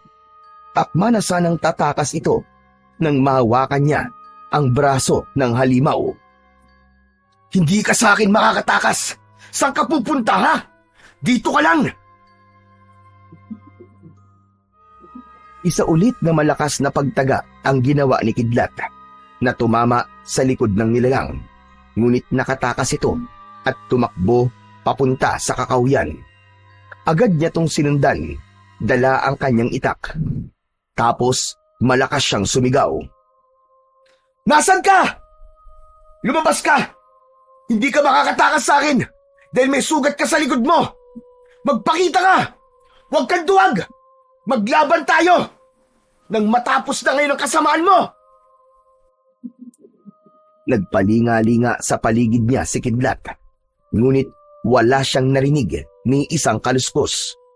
Maliban sa boses ng lalaking humihingi ng tulong. Pamilyar yun sa kanyang pandinig.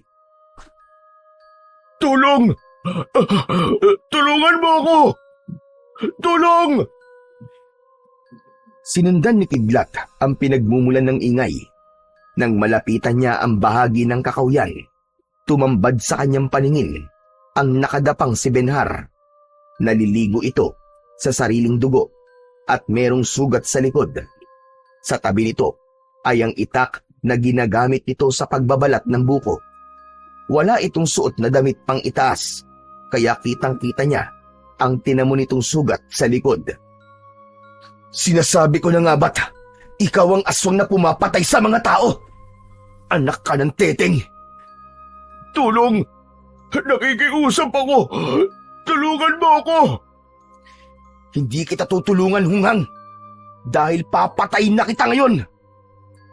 Akma na sanang itatarak ni Kidlat ang kanyang matalas na itak sa likod ni Benhar, nang biglang makarinig ng sigaw si Kidlat mula kay Lolo Temyong. Huwag! Huwag mo muna siyang papatayin! Hindi ka nakakasigurado kung siya nga ba ang aswang! Hindi po ako maaaring magkamali, Lolo Temyong. Siya ang aswang na pumapatay. Kung ganon, kailangan mo siyang buhayin para malaman natin kung saan nagtatago ang kanyang pinuno. Dalhin natin siya sa kubo at igapos. Hayaan natin na maubusan siya ng dugo. Sa tingin ko, kapag hindi niya na kaya ang sakit, ay mapipilitan na siyang umamin sa atin. Dahil sa mga sinabi ni Lolo Temyong, ay napilitang sumunod si Kidlat. Dahan-dahan siyang yumuko sa katawan ni Benhar. Ipinuwesto niya ang kanyang mga kamay sa ilalim ng balikat nito at buong lakas na iniangat ang mabigat nitong katawan. Ramdam niya ang malamig at naninigas na balat. Tila humihigop ng init mula sa kanyang bibig. Sa bawat pagakbang patungo sa kubo, kumakabog ang dibdib ni Kidlat. Galit na galit siya dahil hindi naging mabuti sa kanya si Benhar. Pagsapit nila sa kubo, dahan-dahan niyang ibinaba si Benhar sa banik. Iniabot sa kanya ni Lolo Temyong ang lubid at mabilis na iginapos ang mga kamay nito sa haligi. Agad niya itong tinanong. Ngayon, tatanungin kita, Benhar. Saan nagtatago ang pinuno mo? Sagot! Sumagot ka! Wala akong alam sa sinasabi mo. Wala akong alam. Anak ng teteng, oh. Huwag ka na magkunwari. Kitang-kita na eh. Kilala na kita. Sumagot ka. Nasaan ang pinuno mo? Sagot! Ikaw ang huwag magkunwari, Kidlat. Kilala ko ang boses mo. Kahit 10 patong pa ng maskara ang ilagay mo sa mukha mo, makikilala kita. Alam kong ikaw yan, kaya't pakawalan mo ko rito, dahil papatayin kita. Dahil hindi umamin si Benhar, lumapit si Kidlat. Ibinaon niya ang kanyang daliri sa sugat nito sa likod. Napasigaw sa sakit si Benhar at nagpupumiglas sa pagkakagapos. Wala akong alam sa mga sinasabi mo. Ikaw ang alam kong nagtatago sa maskarang yan. Ikaw ang nakakaalam sa kinaroroonan ng mga aswang. Kaya wag mo akong talungin, hayop ka! Kapag nakawala ako rito, babasagin ko talaga ang pagmumukha mo gamit ang kamao ko! Sige! Pakawalan mo ako dito! Papatayin kita! Benhar, tumahimik ka! Magsabi ka na ng totoo para hindi ka na masaktan. Wala akong alam! Wala akong alam! Akma na sanang susuntukin ni Kidlat si Benhar sa muka nang biglang nakarinig sila ng kaluskos mula sa labas ng kanilang kubo. Ang huni ni Baltik ay nagbigay babala sa kanila na merong mga nilalang sa labas ng kanilang kubo. Lumabas sa kubo si Kidlat at ganun na lamang ang panlalaki ng kanyang mga mata nang makita ang 20 nilalang sa harapan ng kanilang bakuran. Nang gabing yun, binalot ng katahimikan ang buong paligid. Ngunit sa pag-ihip ng malamig na hangin, unti-unting lumitaw ang mga aninong nakatayo na nagmumula sa dilim. Ang mga nilalang ay nadagdagan pa. Isa-isang sumilip mula sa likod ng mga puno ng nyog. Ang mga nilalang na may anyo ng tao, ngunit may ulo, sungay at mga paa ng kambing ay nakatayo sa kanyang harapan. Ang mga mata ay kumikislap, tila nagbabagang apoy sa kadiliman. Pinatay mo ang asawa ko, kapatid at anak ko. Wala kang itinira sa akin. Kaya't pagsisisihan mo ang ginawa mo, magaling na manunugis. Wala akong dapat na pagsisihan dahil ginawa ko lang kung ano nararapat. Pinatay mo ang lolo ko, kaya nararapat lamang na ubusin ko ang lahi mong halimaw ka. Mga demonyo kayo! Huwag kang magmalaki dahil kaya kitang batayin ngayon din para sa anak kong si Drigo na pinatay mo. Taglit na tumigil sa pagsasalita ang aswang nang umalingaw-ngaw ang malakas na sigaw ni Benhar. Pakawalan mo ako rito! Pakawalan mo ako rito! May bihag ka pala, isang inutil. Isa kang masamang nilalang na humahad lang sa paggasik ko ng lagim. Ang dapat sa'yo ay tinatagtad ng pinong-pino para wala nang maging hadlang sa aking mga pinaplano. Pumuesto ang pinuno sa gitna. Kumislap ang matalim nitong mga kuko sa liwanag ng buwan. Ang katawan ay balot ng makapal na balahibo at ang mga kamay ay hawak ang isang dambuhalang palakol. Tahimik na nakapwesto ang mga aswang na taong kambing, nakahilera na parabang isang hukbo na handang-handa na sa paglusob.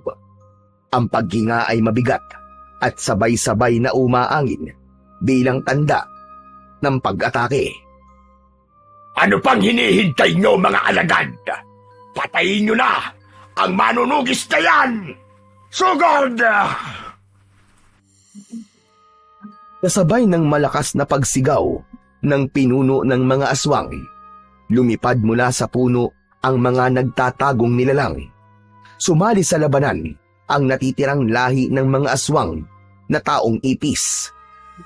Umalingasaw ang nakakasukang singaw ng hangin sa paligid.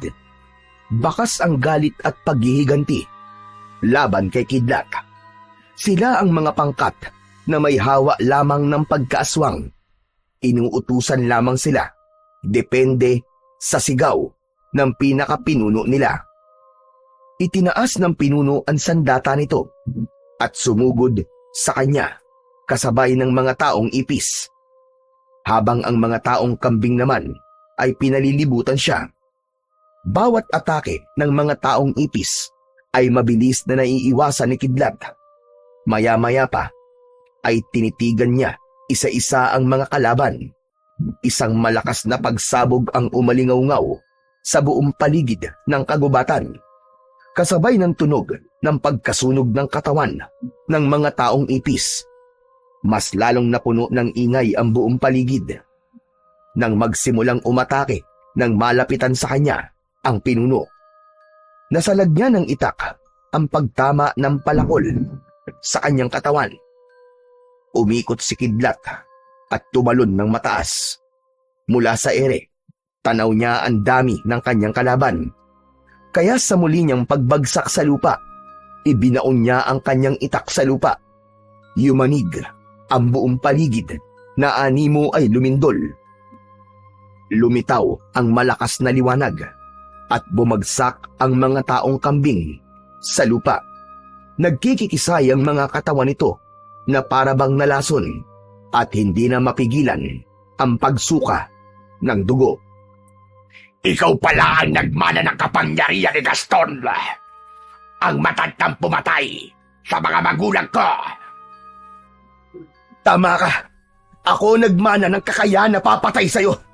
Halimaw ka. Ito na ang katapusan mo. Mamamatay ka na ngayon!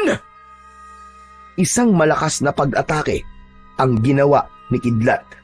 Sinamantala niya ang pagkakataon na silang dalawa na lamang ng pinuno ang nakatayo.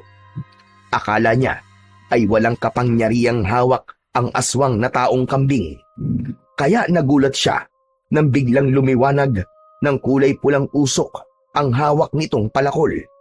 At sa paghampas nito sa kanyang gawi, ay hindi niya naiwasan ang pagtama ng malakas na liwanag sa kanyang katawan. Pasadsad siyang napaatras. Umalingaw-ngaw ang malakas na sigaw ng aswang at muli itong sumugod para umatake sa kanya. Nilabanan niya ang malakas na liwanag ng palakol gamit ang kanyang maskara. Napaluhod siya at nangihina sa malakas na enerhiyang tumatama sa kanyang itak at maskara. Naramdaman niya ang paglabas ni Lolo Temyong at ni Benhar. Kumilos ka, apo ko! Tumayo ka! Hinihigop niya ang kapangyarihan ng maskara at ng sandata mo! Paglabanan mo, apo! Saka lamang naunawaan ni Kidlat ang nararamdaman niyang panghihina. Dahil pala yun sa palakol ng aswang. Hinihigop nito ang lakas ng kapangyarihan ng kanyang agimat na maskara. Hindi mo ko basta matatalo ng mga sandata mo na yan. Matagal kong hinintay ang pagkakataong ito at mamamatay ka na sa mga kamay ko! Pinilit ni Kidlat na tumayo. Pakiramdam niya ay meron siyang buhat na malaking bato.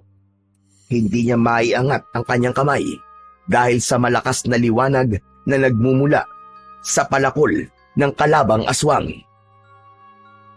Lumaban ka, Kidlat! Lumaban ka! Huwag ka magpatalo! Sa unang pagkakataon ay narinig ni Kidlat ang pagdamay sa kanya ni Benhar. Kasunod ng pagtakbo nito papunta sa kinaroroonan ng aswang. Inatake nito ng taga ang katawan ng pinuno, kaya nawala pansamantala ang maliwanag na tumatama sa maskara ni Kidlat. Kitang-kita niya na nakipaglaban si Benhar sa aswang. Tinamaan ito ng kalmot sa dibdib at suntok mula sa kamao ng aswang na taong kambing. Bumagsak sa lupa si Benhar. Pinilit ni Kidlat na tumayo. Ipinokus niya ang kanyang paningin sa mata ng pinuno. Tumama ang malakidlat na liwanag sa katawan ng pinuno ng mga aswang. Bumalot ang liwanag na yon sa hawak nitong palakol na tumuloy naman sa katawan nito. Malalaki ang hakbang ng paa ni Kidlat nang umatake siya sa pinuno ng mga aswang. Tumama ang kanyang taga sa katawan nito. Bumagsak pasadsat sa lupa ang pinuno ng mga aswang. Pagbangon naman ni Benhar, ay mabilis itong lumapit sa nakahigang aswang sa lupa. Hawak nito ang itak. Ubod lakas nitong itinarak ang itak sa dibdib ng kalaban, direkta sa puso nito. Kasunod ng pagtaga ni Kidlat sa leeg ng aswang. Nagkikikisay ang katawan nito habang pilit na bumabangon para gumanti.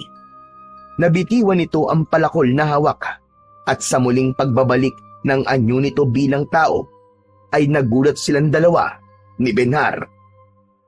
Hindi ko akalain na matatalo mo ko, Kidlat. Kung ganon, ikaw pala ang totoong pinuno ng mga aswang. Akala ko, mabuti kayong tao, Pastor Buloy.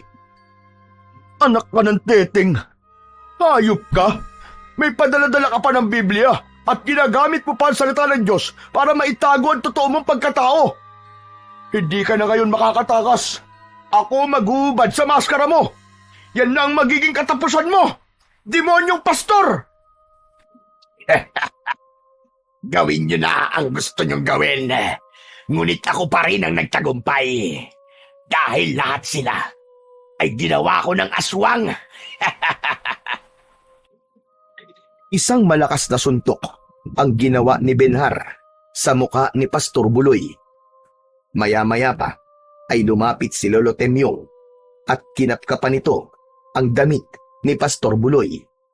Nakuha ng matanda ang ginagamit nitong Biblia. Tingnan mo, Kidlat. Halika rito. Ang libro ay hindi isang Biblia, kundi isang libro para sa itim na kapangyarihan. Nandyan ang paraan kung paano gumawa ng aswang sa pamamagitan ng pagpirma sa likod ng libro.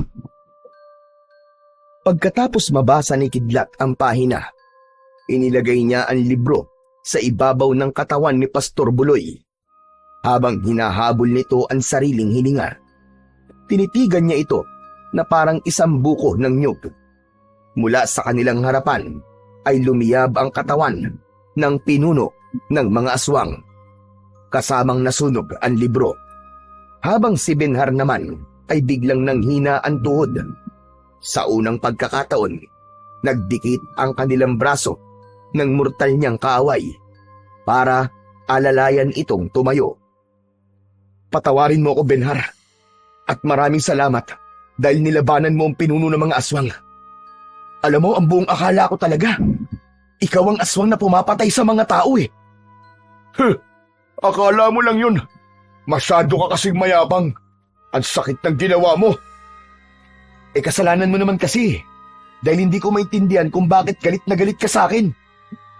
Hanggang ngayon ba ay hindi mo pa rin alam? Dahil yun kay Lolo Gascon. Pinaratangan niya ang mga magulang ko na aswang. Kaya sa tuwing nakikita kita, nagagalit ako. Naaalala ko nangyari sa mga magulang ko. Pero sa huli, naisip ko, nagkamali ako. Wala kang kasalanan. Ako na ang humihingi ng pasensya at kapatawaran sa nagawa ni Lolo Gaston sa pamilya mo. Ngunit ang totoong dahilan sa pagkamatay ng pamilya mo ay hindi si Lolo Gascon, kundi ang mga aswang na iniligaw ang mga tao para lamang pagtakluban ang kanilang totoong anyo. Katulad ng nangyari sa'yo, ang akala ko ikaw ang aswang. Yung pala, si Pastor Buloy. Bakit ka sinasagubat ka at sugatan, Benhar? Kaya inakala ni Kidlat na ikaw ang aswang na tumakas kanina. Inatake ako ng aswang at nakatakas lang ako. Pinapanood ko kayo habang nagsasanay kayo eh. Hindi ko naman alam na nandun din pala ang aswang at pinanonood din si Kidlat. Pambihira talagang kamalasan to, oo. Aray, kumikirot na naman ang sugat ko. Tinusok mo kasi. Muntik ka na talaga sa akin kanina, Benhar. Kung bakit naman kasi nagtanggal ka pa ng damit mo. Kaya akala ko talaga ikaw ang aswang eh. Pasensya na ha. Paano hindi ako magtatanggal ng damit? Naligaw ako kanina sa pagpunta rito. Saka, hindi niyo ako pinakinggan kanina. Pigain mo ba naman yung sugat ko? Siyempre. Baka pati pagpatay kay Jose Rizal aaminin ko nang dahil sa sakit. Napangiti na lamang si Kidlat sa sinabi ni Benhar habang inaalalayan niyang maglakad si Benhar papunta sa bahay nila para doon ito gamutin. Habang si Lolo Temyong naman ay sumama sa kanila at nagpakilala sa kanyang mga magulang bilang tiyuhin ni Mang Tasyo. Magmula rin ng gabing yon ay wala nang napabalitang biktima ng mga aswang sa baryo. Bumalik ang katahimikan ng lugar. Ang dating maruming kapaligiran ay nalinisan na. Wala na rin ang nag-aaksaya ng pagkain. Malaki ang naitulong ng lalaking iniligtas niya sa kakawyan. Ipinalaganap nito ang kalinisan ng baryo. Saka lang din nalaman ni Kidlat na si Drigo at Pastor Buloy ay mag-ama na nagpapanggap na mabuting tao. Pero ang totoo ay magkatulong sila sa pag-aasik ng lagim sa lugar na yon. Natuldukan ang kasamaan ng sinasabing hybrid na aswang o mga nilalang na gamit ang katawan ng mga insekto at hayop. Sa kwentong inyong napakinggan, sa paglipas ng panahon, marami na tayong nasaksihan na tao o nilalang na nagtatago sa likod ng kabutihan upang pagtakpan ang kanilang tunay na pagkatao. May mga gumagamit pa ng pangalan ng Diyos upang magmukhang dalisay ang kanilang layunin. Ngunit sa katotohanan ay merong masamang binabalak sa kanilang kapwa. Ang pagpapanggap na mabuti ay tila isang maskara. Ganun man katagal na maitago ang anyo, lilitaw at lilitaw din ang tunay na kulay ng budhi. Hindi kailanman panghabang buhay na makapagtatago sa mata ng mga tao. Ang katotohanan ay parang ilaw na kahit gaano pa kadilim ang paligid, sa takdang oras ay sisikat ang liwanag at mabubunyag ang lahat ng lihim. Gaya ng kasabihang ang kasinungalingan ay may maiksing buhay at ang katotohanan ay laging mananaig. Hindi dapat ginagamit ang pangalan ng Diyos bilang pantakip sa mga masasamang gawain. Ang kanyang pangalan ay banal at dapat inuugnay lamang sa kabutihan, pag-ibig at kapayapaan. Ang sino mang gagamit sa pangalan nito para linlangin ng iba ay hindi makakatakas sa katarungan, sapagkat sa takdang panahon, ang lahat ng kasamaan ay isisiwalat at hahatulan sa iyong nagawang kasalanan.